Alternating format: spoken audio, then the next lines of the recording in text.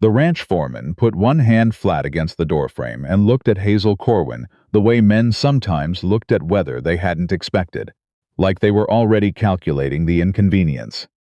"Records work's been handled just fine without outside interference," he said. Hazel set her bag down on the step, looked him square in the eye, and said, "Show me the records and I'll decide that for myself." She had come 3 days by rail and half a day by wagon to reach Blackrock Creek Ranch, and she had not done any of that to stand on a porch and be managed. If you've ever had to walk into a room where nobody wanted you, carrying nothing but your own certainty, then you already know something about where this story goes. Stay with me to the end, and drop a comment telling me which part of Canada you're watching from. I'd love to see how far these foothills reach. The wagon had left her at the south gate with a hand-drawn map and a note that said the main house was a quarter-mile up the road. The Alberta foothills in late September carried a cold that was entirely honest about what was coming, no pretense of a warm autumn. The sky was the particular gray of a day that had already made up its mind. She had been walking for 10 minutes when she heard it. The steady, unhurried sound of someone working iron. Off to the left of the trail, where a section of post and wire fence had come loose from its anchor stones, a man was resetting a post by hand. He'd already cleared the fallen timber from around it. Now he was working the post into the frost-hardened earth in increments, checking the angle with his eye between each strike, not rushing, just working. He didn't look up. He was tall and spare, the kind of build that came from years of actual outdoor labor rather than any ambition toward it. His coat was worn at the cuffs. His hat had seen more than a few Alberta winters. When she slowed her pace, he still didn't look up. He simply kept working, patient as the posts themselves. Then he did look up. His eyes were a steady gray-brown, the color of river stones after the waters run over them long enough to make them smooth. "You looking for the main house?" he said. His voice was quiet without being soft. "The Blackrock Creek Ranch Trust. I'm the new records manager." He tilted his head slightly up the road. Another quarter-mile, left at the cottonwood. "Thank you." She kept walking. She didn't look back. His name, she found out that evening from a young Métis hand named Leo Beaumont, was Duncan. He had a cabin up at the north end of the property, came and went when he felt like it. Nobody told him otherwise. Leo said this last part carefully, as though the fact itself was something he wasn't quite sure how to hold. "Why not?" Hazel asked. Leo looked at his supper. "Just nobody does." The foreman's name was Rafe Golt, and within the first hour he had made clear that he considered her presence somewhere between an insult and a nuisance. He led her to the records room in the rear of the main house, with the energy of a man filing a formal complaint against a situation he had no power to overturn. The records room deserved its own paragraph. 3 years of ledgers stacked without system, land title documents loose among old supply lists, a stack of territorial filing receipts stuffed inside a coffee tin, a contract, an actual wage agreement stamped and witnessed, being used to prop up one side of a tilted shelf. Hazel picked up the contract. It was dated 1887. The agreed rate for seasonal labor was written clearly in the body of the document. In the margin, in pencil, recent pencil, the kind that hadn't faded yet, was a second figure, lower by a considerable margin. She said nothing to Galt. She asked him how long the records had been in this state. "Long enough," he said, and left. She worked by lamplight until past midnight. What she found in those first hours was not dramatic on its face. The books were messy and poorly maintained, but on the surface the columns added up. The problem was underneath the surface, in the gap between what men had been promised in writing and what they had actually been paid. In land lease payments flowing toward a holding account with no registered name she could find.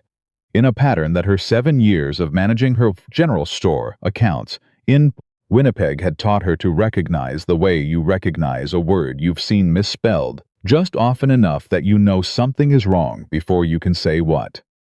She was still sitting with the open ledger at 2 in the morning when she heard boots in the hallway. Duncan stood in the doorway, not leaning, just standing there, still in the way that she was beginning to understand was his particular quality of attention, complete and unhurried. "Late to still be at it," he said. "The mess is bigger than I was told." He looked at the ledger spread open in front of her. His eyes moved across the columns with a kind of focus that didn't come from idle curiosity. "When were these last properly organized?" she asked. "Before Galt took over the record side 3 years ago." He paused. "Things changed after that." "That's not much of an answer." "No," he agreed, "it isn't." He looked at the ledger once more. "Don't work alone too late," he said. "Lock the door when you leave." Then he was gone. She sat for a long time after his footsteps faded. That wasn't a threat. She'd heard enough of those in her life to know the difference. It was something closer to a warning, the kind offered by a person who knew something they weren't yet able to say directly.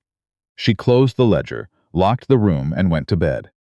She did not sleep particularly well. Over the following days, she built her case carefully. She arrived first each morning. She worked in layers, cataloging, then indexing, then cross-referencing. She kept every document she flagged in a locked case that had come with her from Winnipeg, the only container in the room she controlled entirely. On the fifth morning, she found the land transfer documents.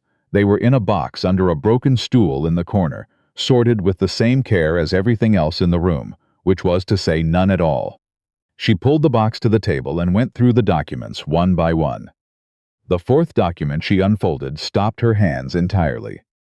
It was a transfer of land rights, properly filed, properly stamped, transferring trolling interest in approximately 600 acres of eastern creekside pasture to a company called Pemberton Land Holdings of Calgary, dated 14 months ago, consideration paid, $2. She read it 3 times.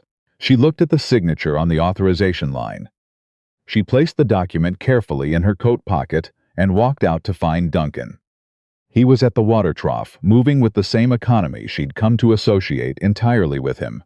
When she said the name Pemberton Land Holdings, something in him went very still. Not the stillness of a man who didn't know it, but the stillness of a man who knew it exactly and was deciding how to respond. "Where did you see that name?" he said.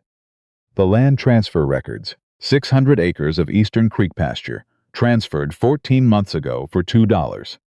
He was quiet for a moment. "That land is worth considerably more than $2. "Yes," she said. "Who authorized it?" He looked at her for a long moment with that measuring quality she'd been learning to read. Not coldness, but the specific expression of a man who carries a great deal and has learned not to wear it on his face. "Someone who didn't understand what they were signing," he said. "Someone who trusted the documentation they were presented with." Hazel stepped closer. "Duncan, if you know what's happening in those records, I need you to tell me. I was hired to manage the accounts for this ranch. If someone is stealing from it—" "They are," he said quietly. She went still. "Have been," he continued, "for at least 2 years. The wage records, the land transfers, the lease payments, it's all part of the same operation." He set down the bucket. "I've known for 14 months.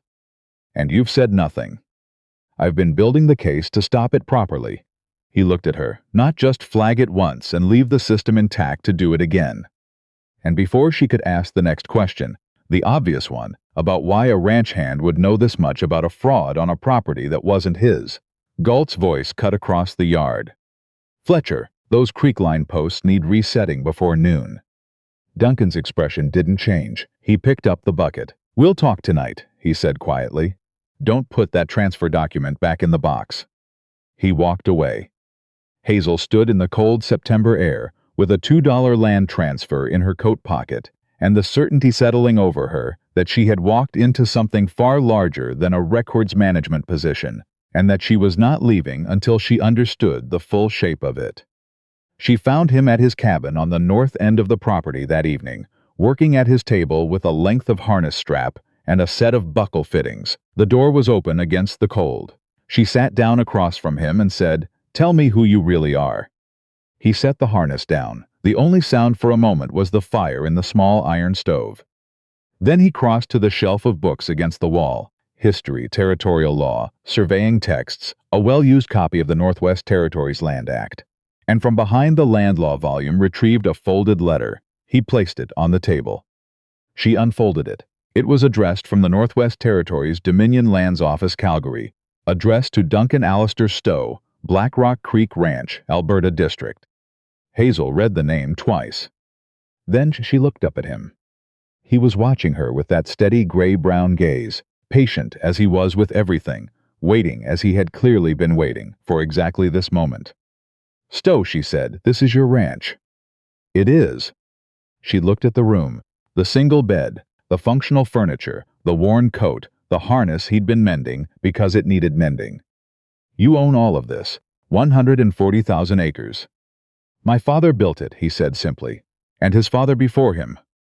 The silence that followed was complicated. "Why?" she finally said. He sat back down. "Because when I returned from the East 3 years ago, I'd spent 4 years in Toronto dealing with the business and legal side of the holdings. I came back to find that the people Pemberton had placed here were treating the men on this payroll like a ledger entry. Wages cut. Conditions worsened. Workers afraid to complain because Pemberton controlled the contracts." He looked at the fire. "I could have declared myself and dismissed everyone and started again.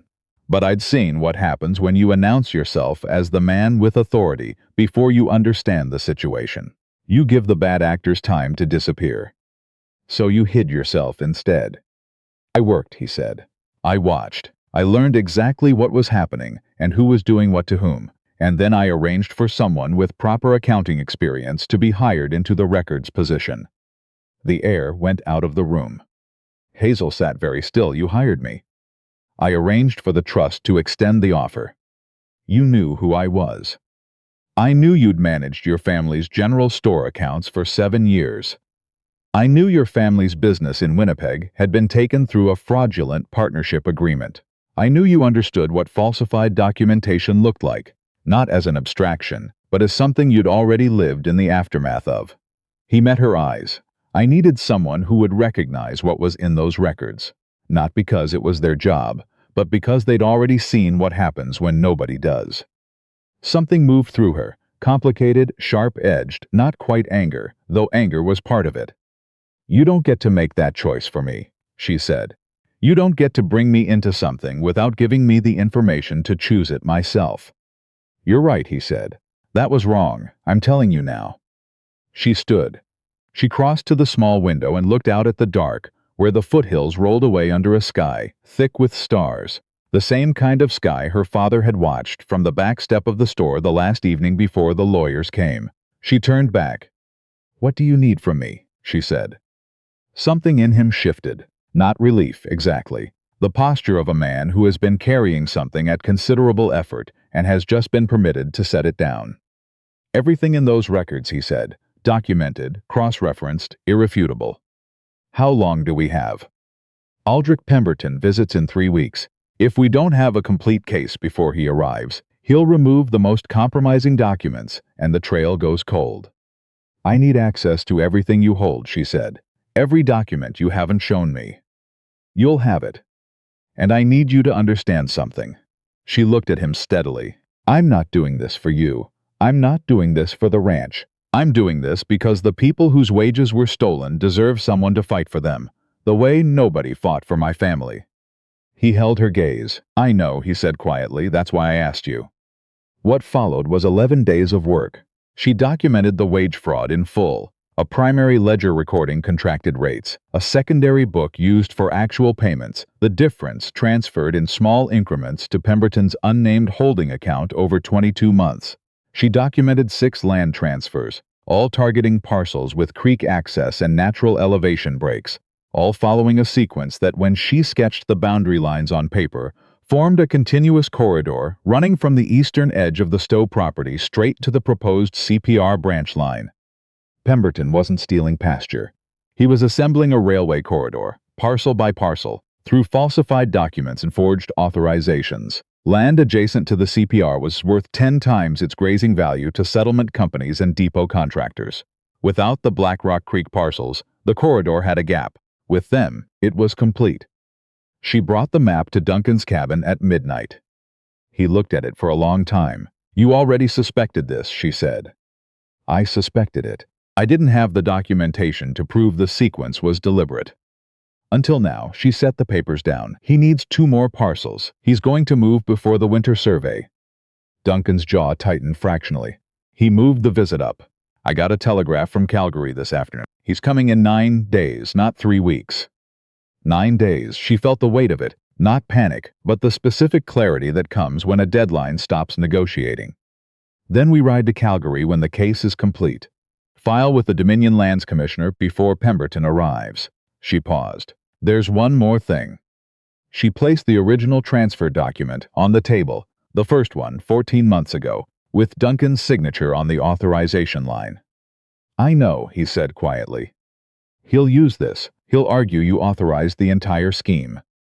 Yes. That's why every document that follows has to be absolutely irrefutable.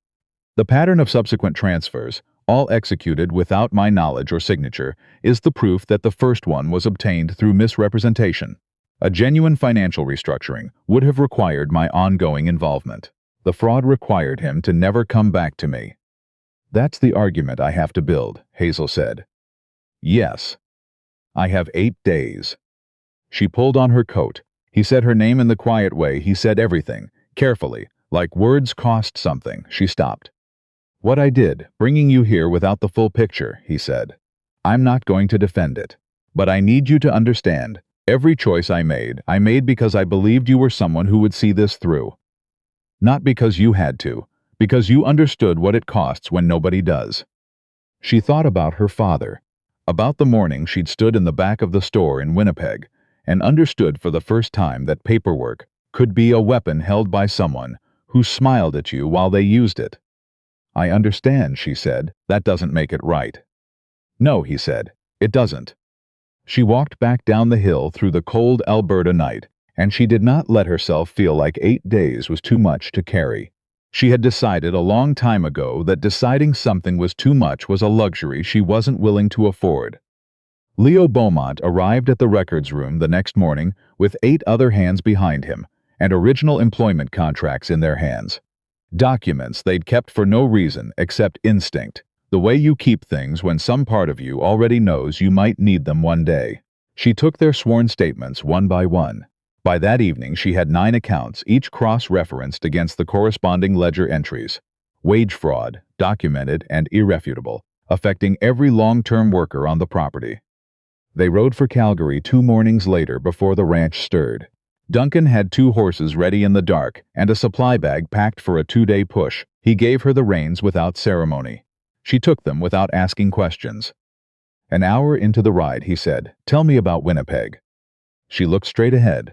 Why?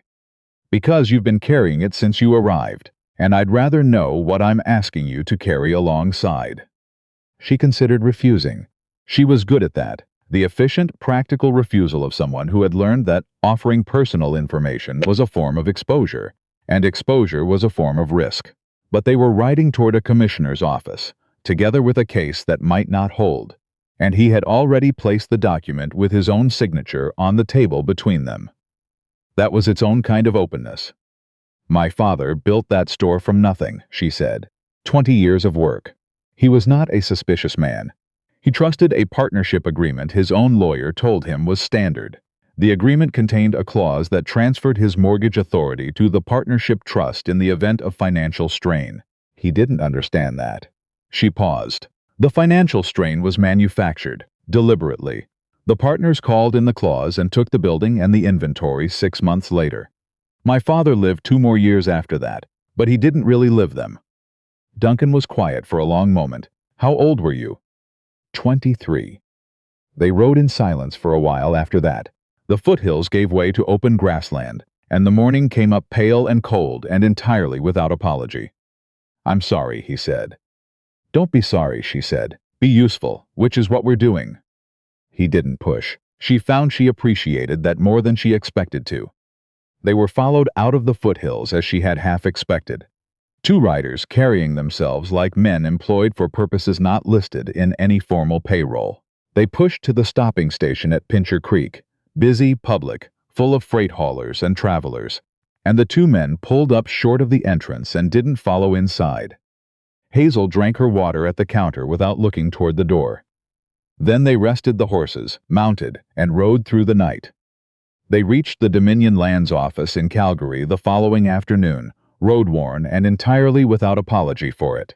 The commissioner, a compact man in his 60s named Holbrook, had the eyes of someone who had spent decades distinguishing between people describing their own situations and people telling the truth. He looked at Hazel's documented case. He looked at her. "Sit down," he said. She sat. Duncan took the chair against the wall, not at the table, not inserting himself into the presentation. Present, the way he was present for everything, completely, without performance. She walked Holbrook through the documents exactly as she'd structured them. The wage fraud first, laid out clearly. Original contracts beside the secondary ledger side by side. He asked 3 questions in the first 20 minutes. Technical, specific, about the holding account structure and the timing of transfers relative to the payroll cycles. She answered all 3 with direct document references, because she had anticipated all 3 during the overnight ride and had the supporting materials organized accordingly. When she placed the land transfer map on the table and traced the corridor running toward the CPR branch line, Holbrook sat forward. "This is a deliberate assembly," he said. It was not a question. "Yes. 6 transfers over 14 months, each targeting parcels with creek access and natural elevation advantages for depot construction. The corridor, once complete, would position Pemberton Holdings directly adjacent to the proposed CPR spur. Conservative estimate of value to a railway contractor, $40,000. Holbrook looked at the map. He looked at the transfers. He set his pen down and looked at her with the controlled anger of a man who had built his life on the proposition that law meant something, confronted with organized evidence that certain people had bet against that proposition and very nearly won. He issued the emergency injunction that evening, freezing all Pemberton Holdings transactions in the territory. He sent a wire to the Northwest Mounted Police Detachment before supper. The following morning, on the road north out of Calgary, they encountered the Pemberton party, a private coach moving with the unhurried confidence of a man who had not yet learned what was waiting for him. The NWMP sergeant stopped it at the junction near Crossfield.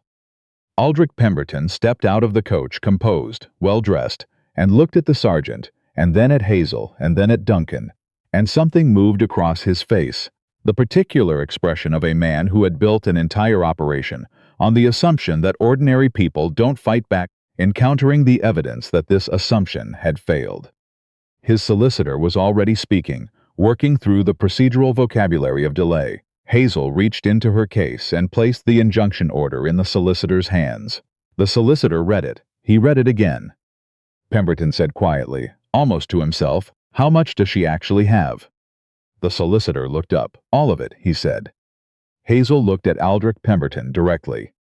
"You owe 9 workers back wages stolen from them over 2 years," she said. "You owe this ranch 6 restored land parcels. You owe a territorial commissioner a complete accounting of every holding your company has acquired in this territory." She held his gaze. "You also plan to use my personal history with fraudulent paperwork to discredit my findings. You thought that made me vulnerable. What it actually made me was the most qualified person in the room. I know exactly what your mechanism looks like. I've been living in the aftermath of it for 4 years." Pemberton had nothing to say to that. He turned to his solicitor, and the machinery of his legal defense began in earnest. But the injunction was already filed. The documents were already in the commissioner's possession, and the 9 men at Blackrock Creek Ranch who had carried the weight of a stolen wage in silence had sworn statements on official record and the knowledge that someone had come, had seen it clearly, and had not looked away. Leo Beaumont was waiting at the gate when they rode back in. He watched them come up the road and didn't say anything for a long moment.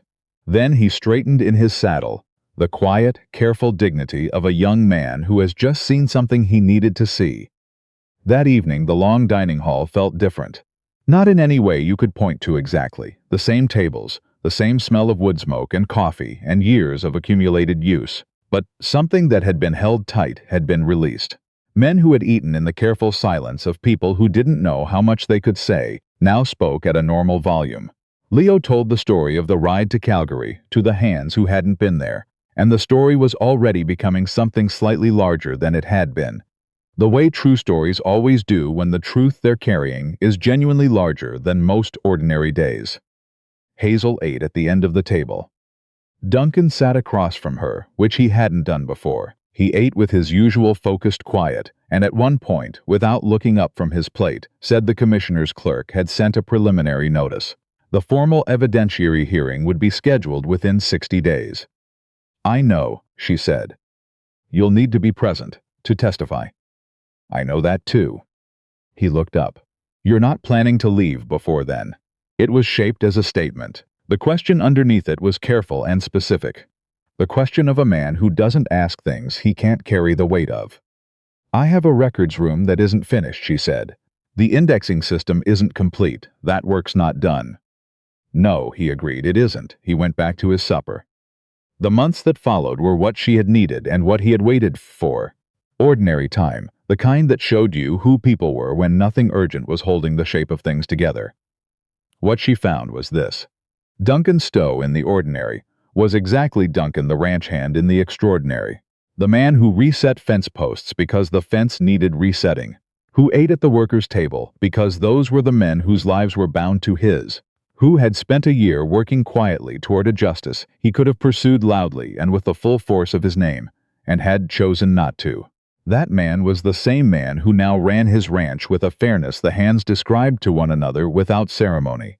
The way people describe things that are simply true. The formal hearing before Commissioner Holbrook came 63 days later. Pemberton's solicitors were formidable and well prepared. They challenged the wage ledger, the sworn statements, the land transfer analysis. They challenged Hazel's findings on the grounds of personal bias. A woman with a family grievance against fraudulent land arrangements, too personally invested to be objective. Holbrook overruled each challenge. On the bias argument, he said for the record, "The Commissioner finds that the witness's direct experience with the mechanism of land fraud constitutes relevant expertise, not disqualifying prejudice. The documents submitted stand independently of the witness's analysis, and those documents have not been successfully challenged on their merits." The land transfers were declared fraudulent and void.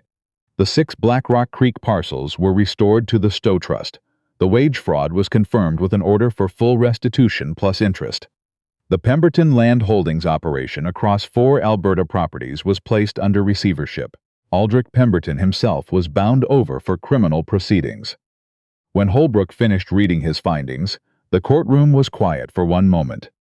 Then someone in the gallery began to applaud, not dramatically, not with the sound of people who had been waiting for theater, but with the sound of people who are too tired for performance and too relieved for silence, the genuine kind.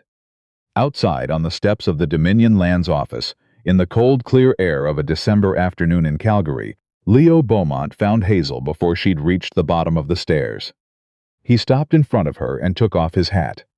"My grandmother asked me to find you," he said. Hazel waited. "She said to tell you." He stopped.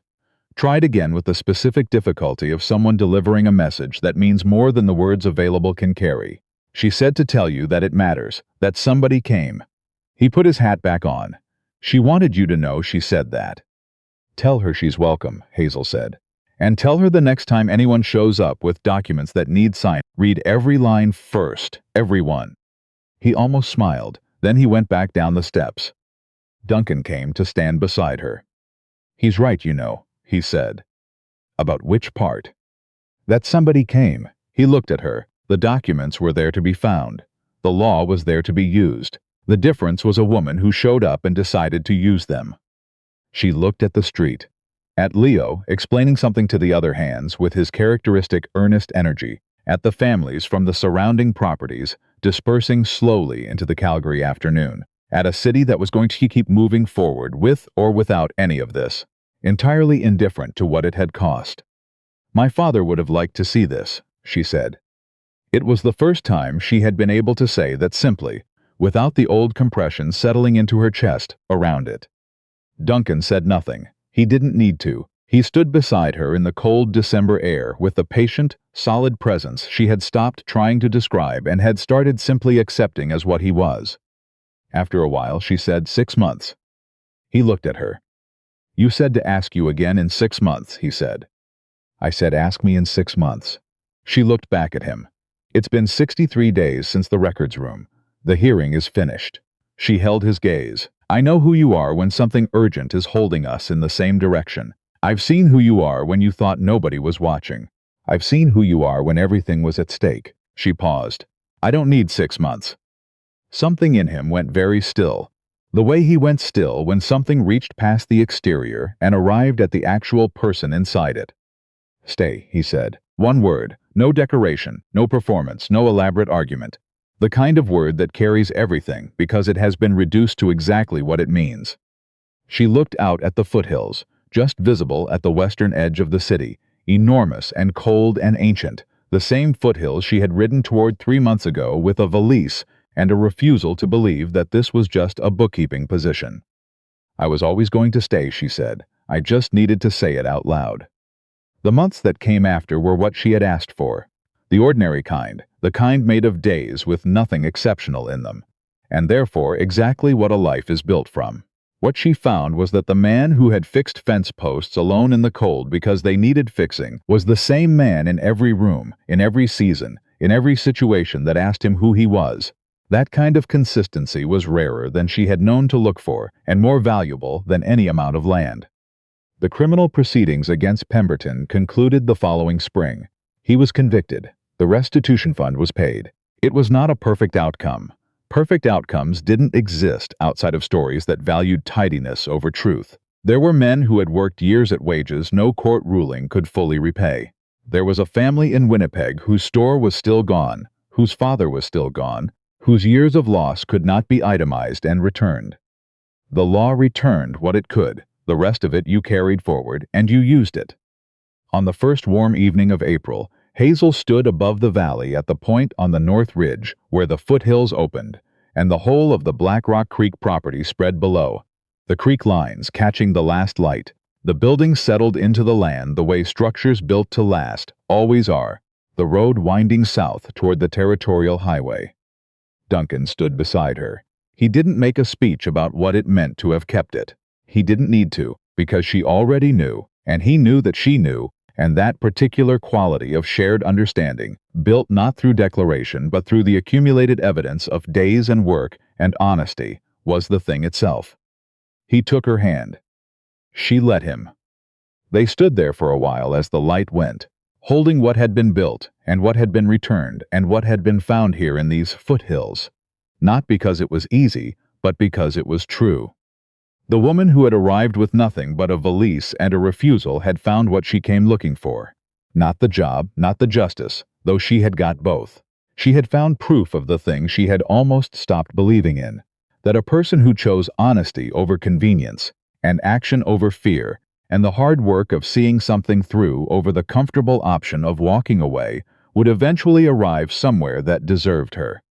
And the quiet man who had owned half the Alberta foothills, and worked it like a man who owned only what he needed, had finally what no amount of land could ever contain. Someone who had chosen to know him before she knew what he was worth, and had stayed anyway. That was the whole of it.